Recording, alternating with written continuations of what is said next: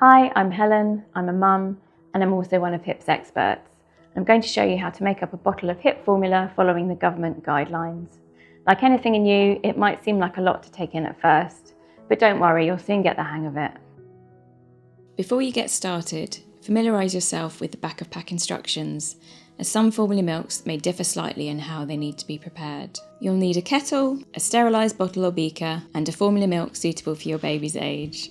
Fill the kettle with 1 litre of fresh tap water. Make sure that it's not softened water or water that's been repeatedly boiled. When the water has almost cooled, clean and disinfect the bottle preparation area and wash your hands well.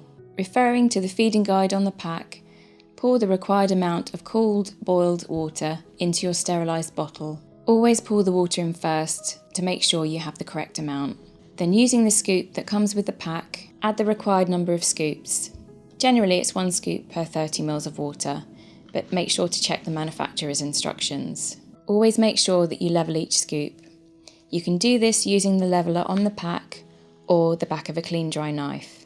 Once you've added all the powder, carefully place the capped lid and teat on the bottle and shake well until all the powder is dissolved, or for about 15 seconds. Next, with the cap remaining on the bottle, cool the feed onto cold running water or in a bowl of cold water. Test the temperature on the inside of your wrist before feeding to your baby. It should be body temperature, so should feel warm or cool but not hot. Then feed straight away. Make up each feed as required and always make sure to throw away any milk left in the bottle at the end. And don't forget, you can watch this back anytime you need to, but it won't be long before it's second nature.